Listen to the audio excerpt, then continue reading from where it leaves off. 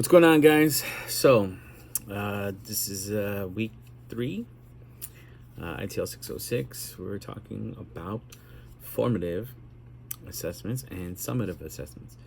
So, what I learned from the videos is that there's a lot of different ways that you can use formative and summative assessments. As a matter of fact, we've been using this week some formative assessments to gauge what the kids know, what they don't know, so we can build off of that, right? Or, adjust the lesson plan, right?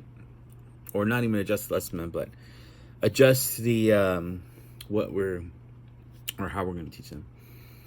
So, 2 unique formative assessments. One, I think, which is actually pretty cool, is the whiteboard thing, because that's what we've been using. Yeah, I think it works really well because you can ask the kids, what numbers, what sounds, certain things make, stuff like that. Even with math, I think it's the best because you can figure out like what these kids know, if they know what addition is, if they don't know what addition is, stuff like that. So that's one of them that I would use. The other one that I would use is the Think, Pair, Share. Okay, I think the Think, Pair, Share is super cool because you ask them a question, right?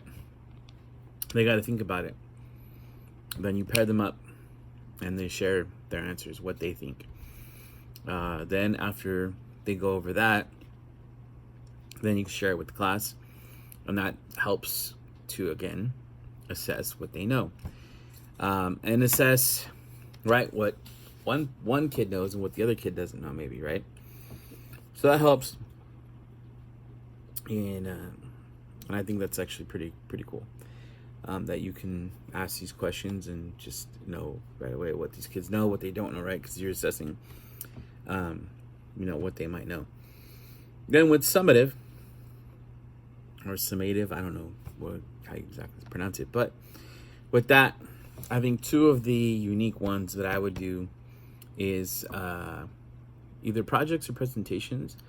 I like the projects because it allows kids to be creative, especially with things that they know. It allows them to have to, kind of like chronologically give you an order of things that they know, like how, if you're teaching history, it allows you to go over that chapter. They make a project that says 19 so, right, this happened, and 19 something this happened after, and then so on and so forth. So you'll know what they've learned, right? Just from the project itself, because they also got to research it and all that stuff too, but it still helps. The presentations, I think, is pretty cool because it allows kids to be creative. And I like allowing kids to be creative because a lot of cool ideas come from creativity. And then, there's tests to figure out what they know, which most people use.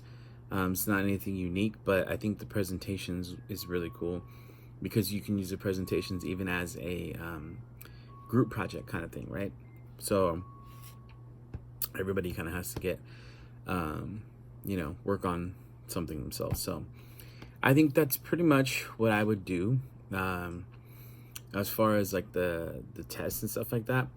And like I said, even today, right now, like, in this first few days, we're using a lot of formative assessments with the class so that way we can get to know what these kids learned from kindergarten and then going forward. So with that being said, the way I would develop them, I guess just kind of, get ideas from some of the other teachers, on kind of cool things that you can do with that stuff.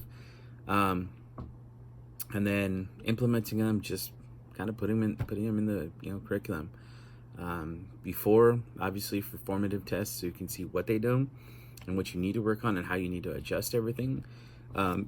Your lesson plans and stuff. And I think the barriers that you could face would be maybe just, that the kids don't know anything. So having to really adjust your lesson plans on how to teach those things, how to get them back, on track and stuff like that. So I think that those are some, there's not really too many barriers, but there are some barriers. More so, I think with the summative assessments, because of the fact that with formative, it's just you're trying to get what information they know. With the summative assessments, I think maybe depending on the test you're giving, you know, some may see it as bad, some may see it as good. Some may see even a project as being bad because they may say, oh, well, you know, but they still can research, but still, like, you still have to know what you're talking about or where to find the material in the book, right? And that's the thing too, is you can say, well, you know what, like, you can only use the book, right? And yeah, it just depends on if they know how to do research. If they don't, and where to even look for it, you know, those are the things too that they can fall, you know. So that's my discussion for this week. Thanks for listening.